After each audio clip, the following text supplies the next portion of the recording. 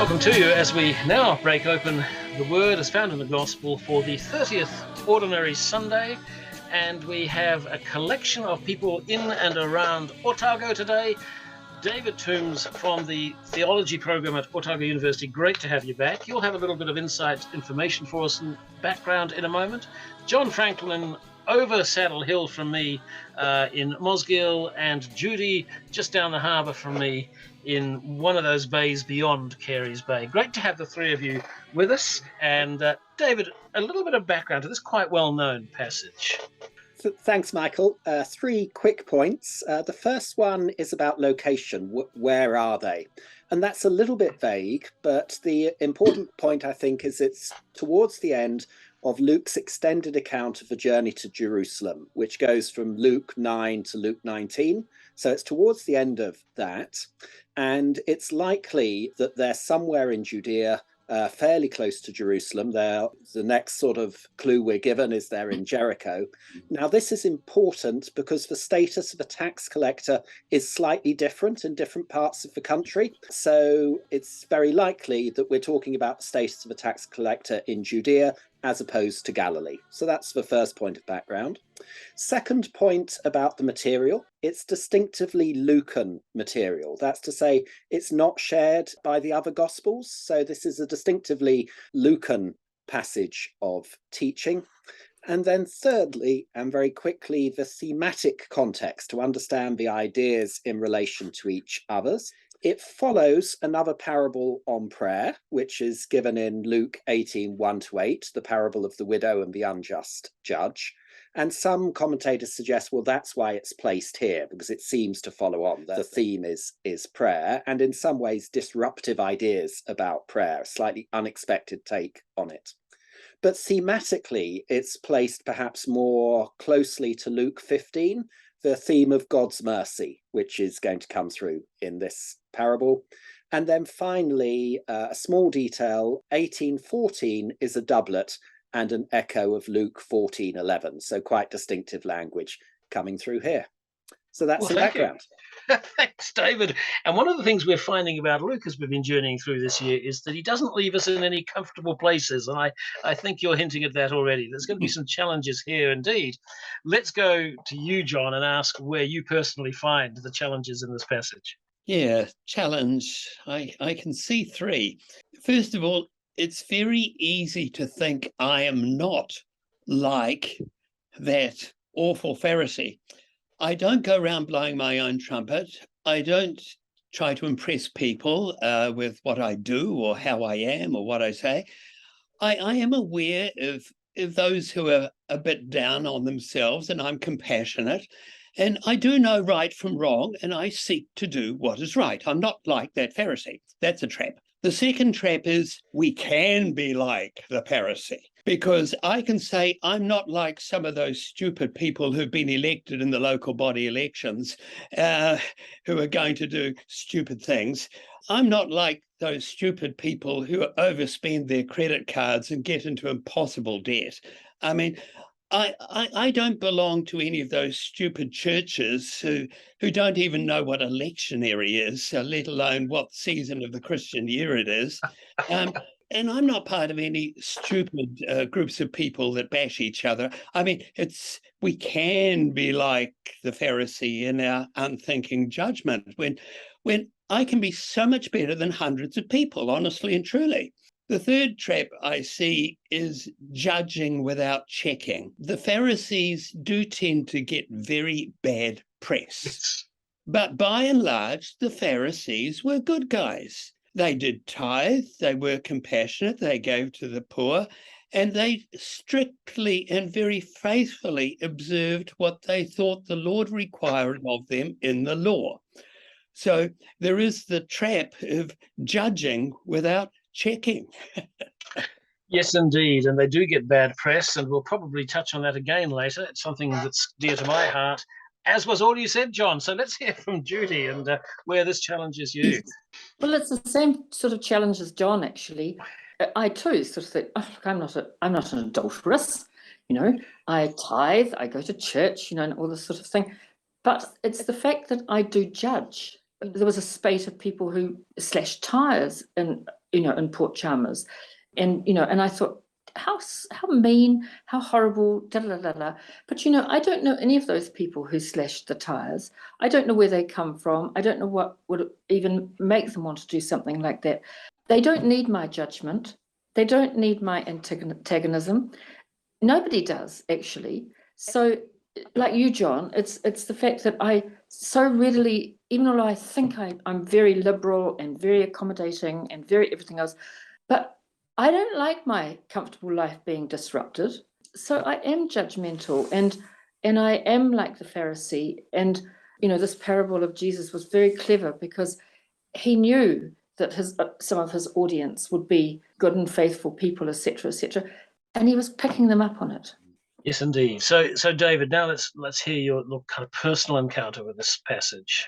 Yes, so for me, you've already touched on it. It is a difficult passage because there's a danger of running into an anti-Pharisaic trope, which is informed by a history of Christian anti-Semitism. I mean, none of this I don't think is conscious, but it is a very typical way that conversation goes. I was struck yesterday at a meeting when a theology professor was making a robust defense of the Levite and the priest in the Good Samaritan. And I read that parable, and I'm afraid I have a very dim view of the Levite and the priest because they seem uncompassionate and uncaring, but he was absolutely determined to defend them as within their context, it's understandable what they're doing. And the negative interpretation comes from a history of anti-Semitism.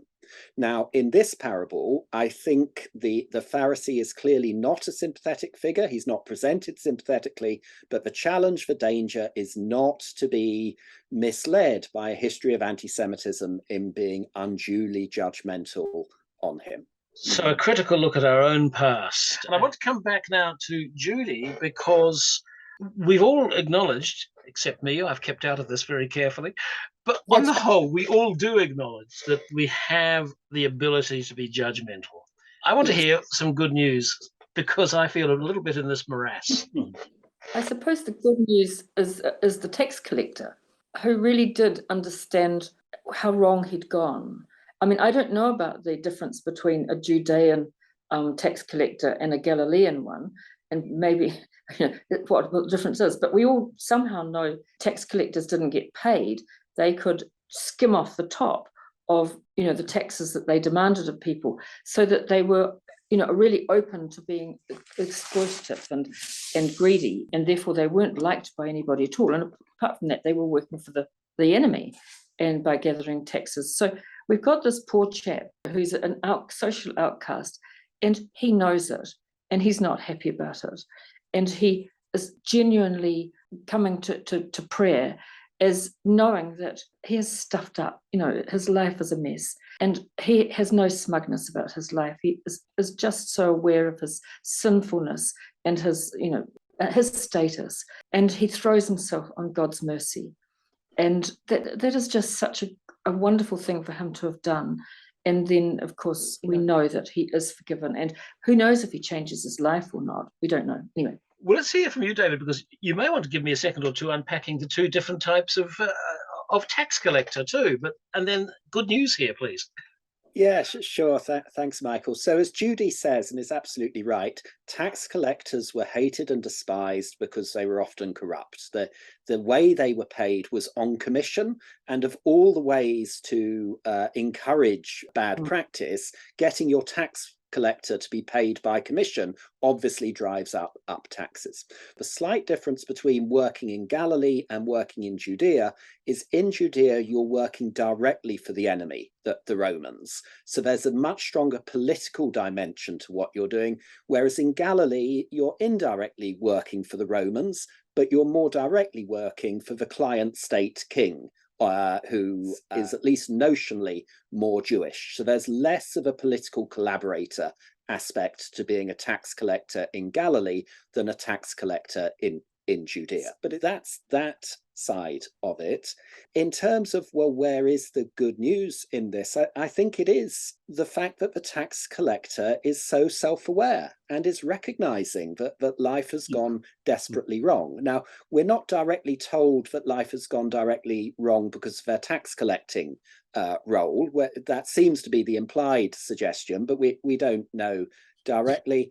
But it is good news in terms of self-awareness and recognition and the confidence that God will reach out in grace for somebody who recognizes this and is in distress.